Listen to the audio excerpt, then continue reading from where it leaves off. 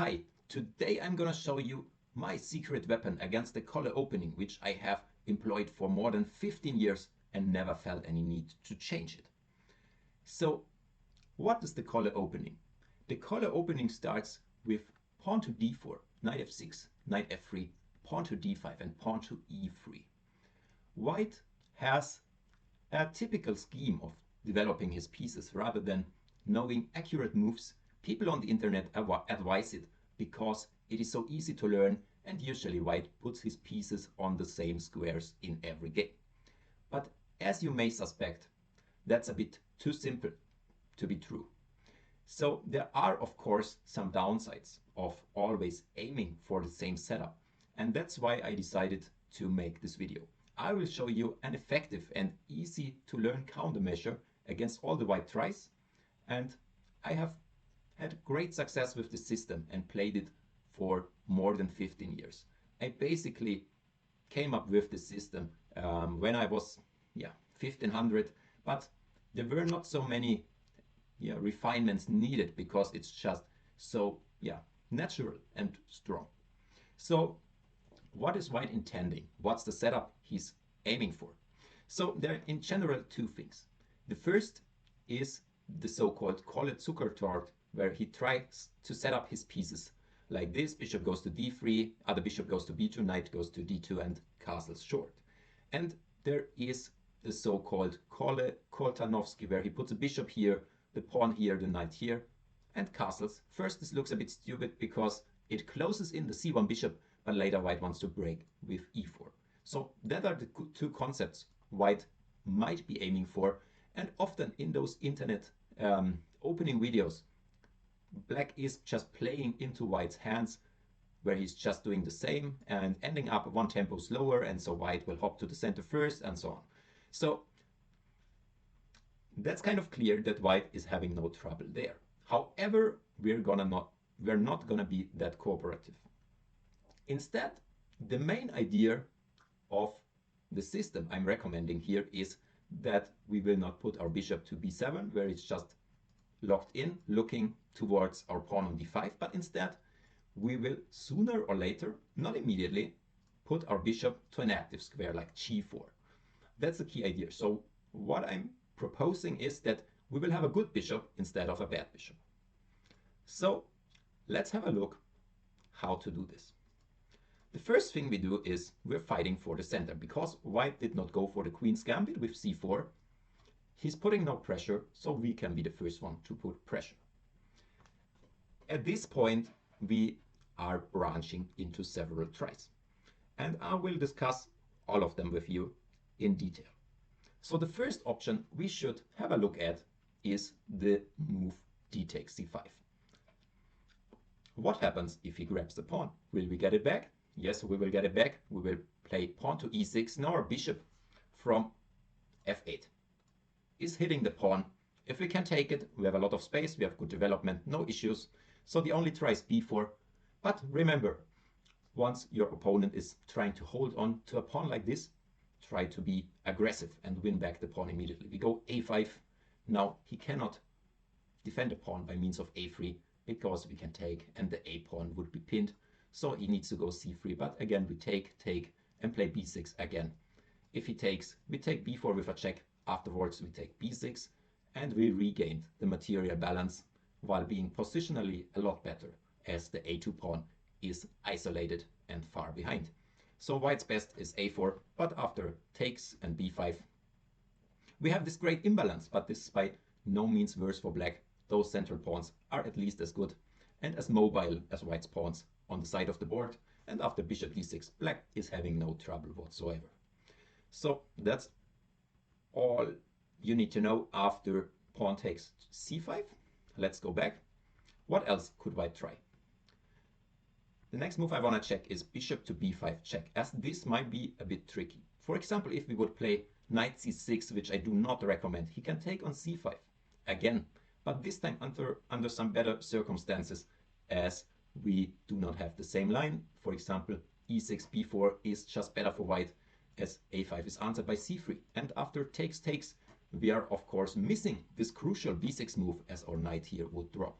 So This is not advised, but on the other hand, we do not need to place the knight on d7, but we can instead play bishop d7, after which bishop d7 and knight d7, everything is guarded. We're not a pawn down, we have more space in the center, and there's no issue for black. Black is fine. So this bishop b5, remember, don't go knight c6, but play bishop d7 instead. Let's have a look at the next option, which is rare, because usually the white players, they aim for the same setup all the time, and they don't want to play the queen's gambit, because if they would, they could play it one move earlier. The move I'm talking about is c4. This is, yeah, rare, but not a bad one.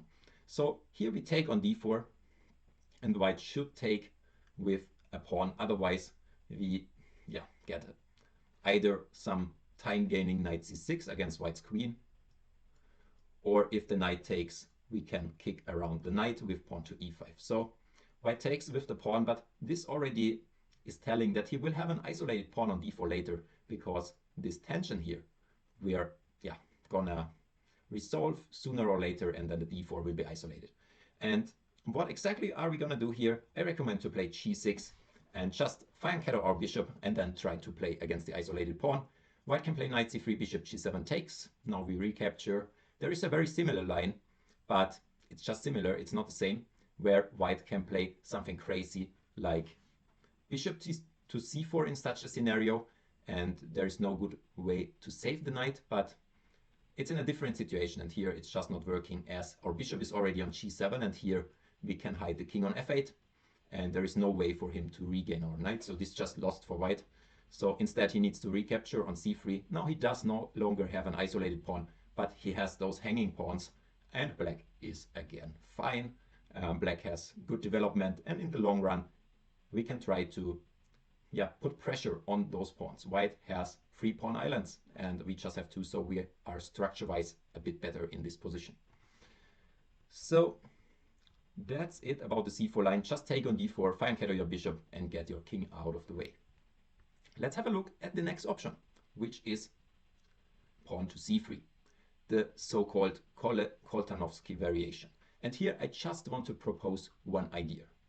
As I already told, white's plan is bishop d3, knight d2 castles, and then open the center with e4. In this particular situation, we should also understand that sometimes his idea is to grab the pawn, as he is able to support it firmly with this chain, and c3 might prove very useful. To discourage him from doing this, we play e6 in this case, protecting our pawn. The only downside of playing e6 that early is that we close in our bishop, but we will have another plan for that. He also closed in his bishop, so we are not really being worse here, because he has the same downside in his position. So bishop d3, bishop e7, knight d2, castles, castles, and now white is getting more or less ready to play e4, freeing his bishop again, and we must come up with something to also solve the problem of our bishop. And it's no coincidence that we have not played knight c6 yet, because we want to play b6, intending bishop a6, where the knight supports the trade of the bishop. White has several tries. He could, for example, play e4 anyway. Here I would like to offer you 2 options. The first one is to play d takes e4, knight e4, and knight e7, which is fine for black. And the second one, the computer doesn't like it that much, but I think it's solid enough. We have no weaknesses, and white is not going to have an attack. Is bishop a6 immediately, as after takes, e5, knight e7. The computers might argue it's a bit better for white, but in human terms, I usually think this attack on a black king is not going to happen if there is no bishop on d3. It's very hard to get access to any square and initiate an attack, because once you cannot use the g5 square, it's very hard to get to the black king. So I think black is solid, and I can even imagine like some b5, queen b6, rook c8, some queenside action happening, and black taking over. So in my opinion, this is also very fine if you don't want to open the center. If white avoids our idea with queen e2, we always have this a5 move, renewing the threat of trading bishops, and black is doing great, solving the last problem in his position. Let's go back. That's basically it. Oh, I'm sorry, I forgot one line, which I wanted to show. After b6, there is also knight to e5. Hopping into the center, and here we can play bishop a6 anyway, but I wanted to point this out because there is this tactical knight c6. If we take the knight, which is possible, he takes our bishop, and the question is basically which bishop we want to give. If we take on c6, we give the light square bishop. If we play something like queen c7, we give the dark square bishop, and this is my preferred approach because I think in this situation here, white is left with the passive bishop, and I like this version more. Of course, it's a matter of taste, but I really think this looks rock solid for black, and I even see potential that it's a better position for black soon. After queen a4, we have queen b7 stabilizing and then getting our rooks to d and c file, and white is struggling to get his bishop out. So black is also fine here. So that's it about the Colle-Koltanowski system with c3. Let's now get closer to the main line with b3, which we're gonna check soon. First, we wanna start with bishop to d3. Here, there's several moves which can be played. For example, I once played c4, hitting the bishop. This is usually just a good idea if the bishop needs to go back to d2 rather than c2. It's playable, but it's difficult, so I'm not gonna recommend this here. But instead, I recommend knight to c6. Now, if black takes, we play e5. We threaten a fork, and we threaten to take the c5. We have a huge center. This is looking already worse for white. And the only other thing I can imagine to happen is castles or b3. If b3, then we play takes, and we have a great position again.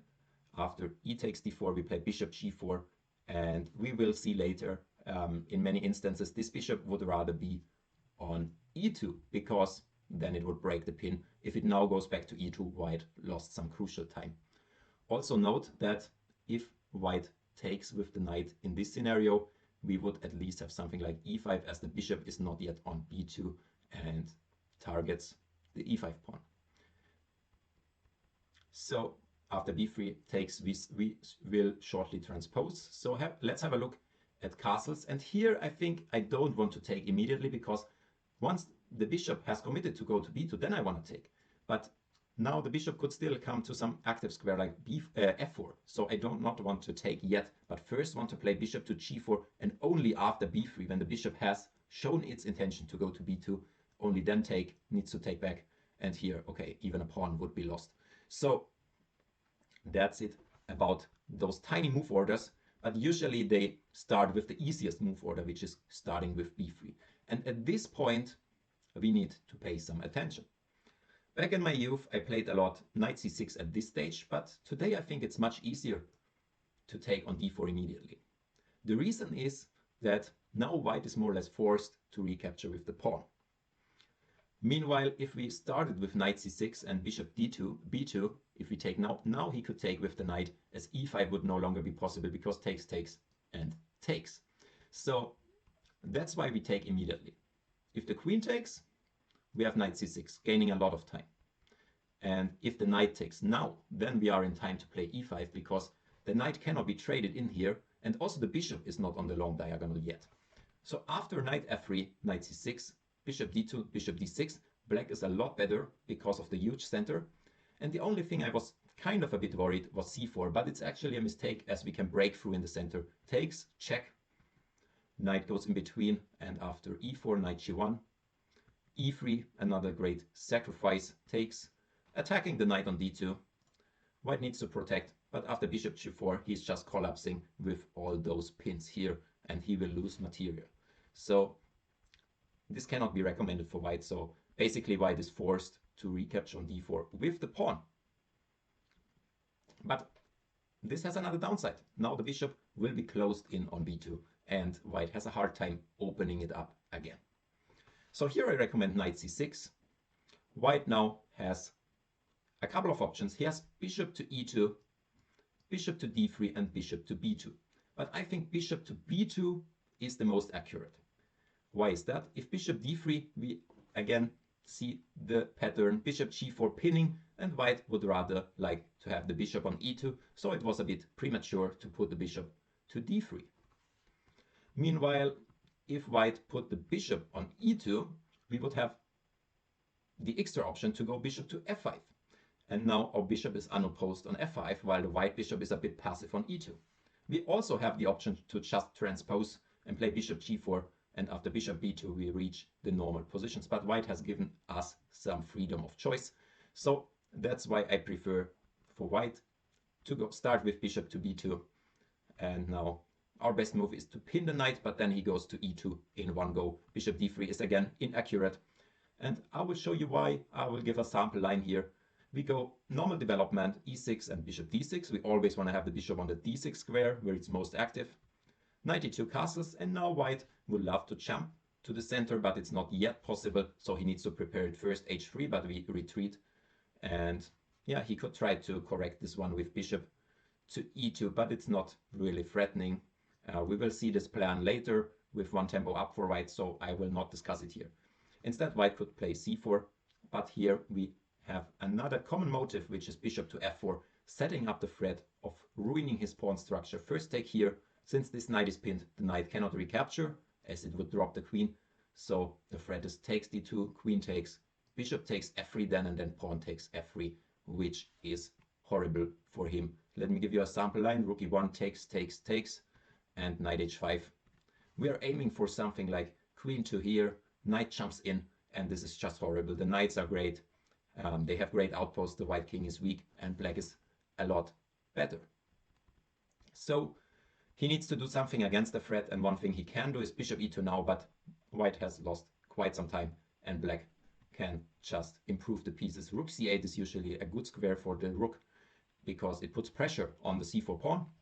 White at some point wants to jump to e5, but this time we trade a lot of pieces, and we trade on c4. Why do we trade on c4? There's one rule of thumb which I want to give you. You should always trade on c4 if he needs to recapture with a piece, because then he has this isolated d-pawn.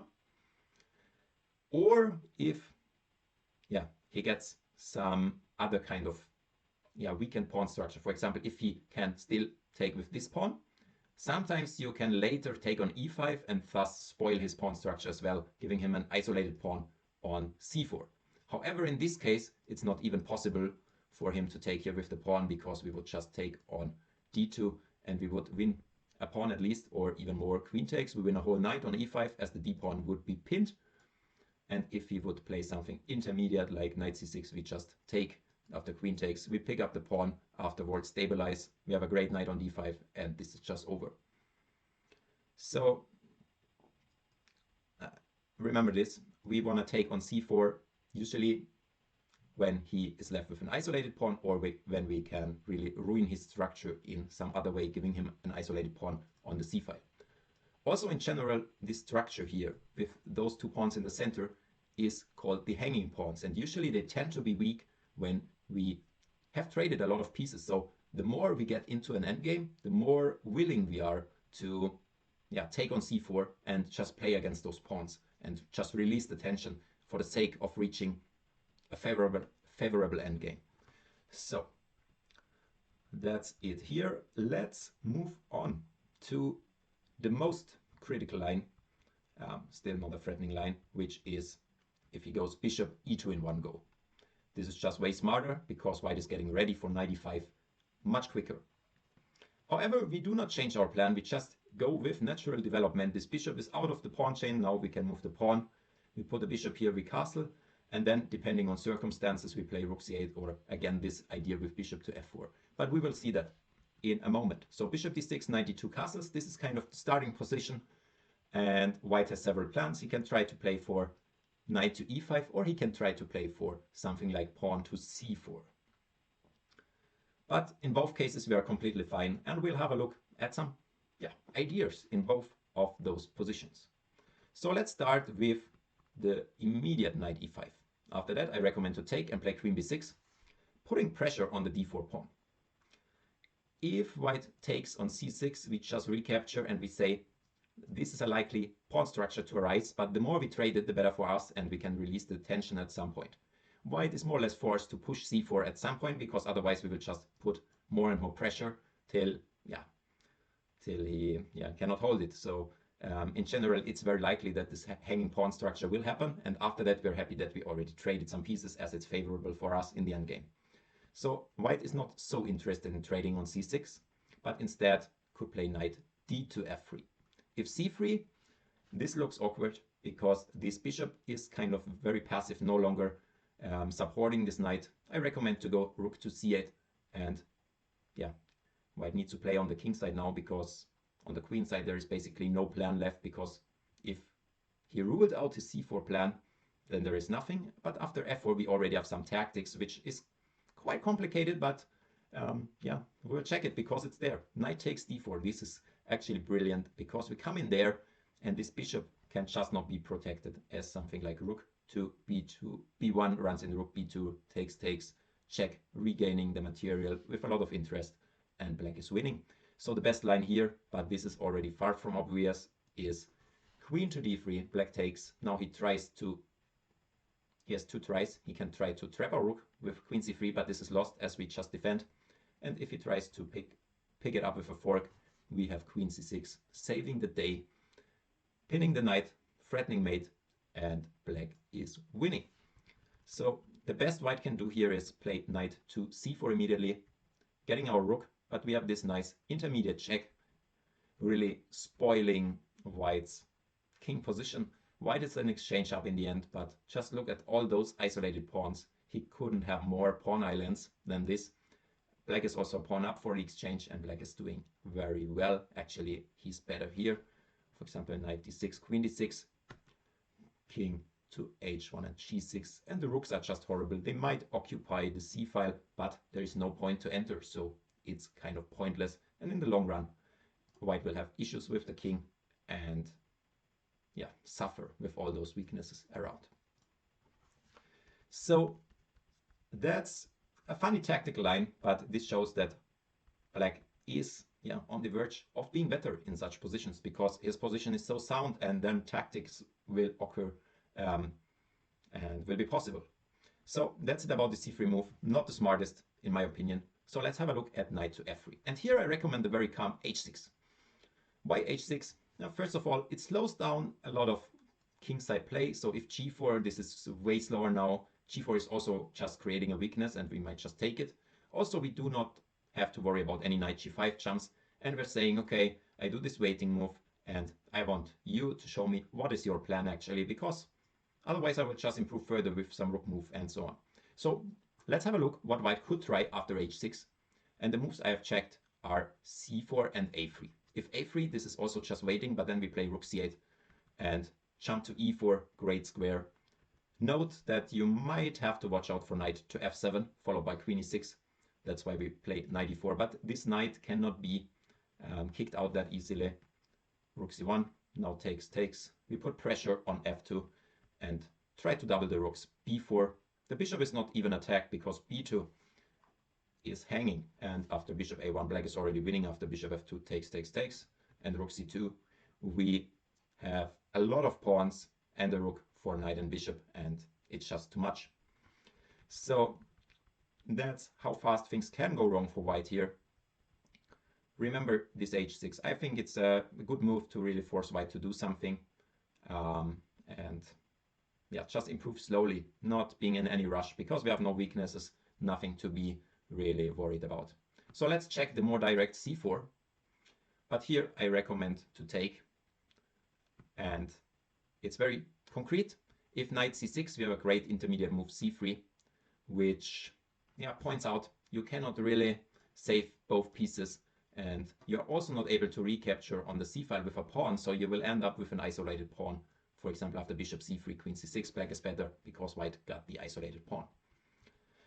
So knight c6 is a bit inaccurate. Knight c4 is nothing to worry about because black already succeeded in creating an isolated pawn, and after queen a6, we will just have a very nice square for our knight here, and black is better.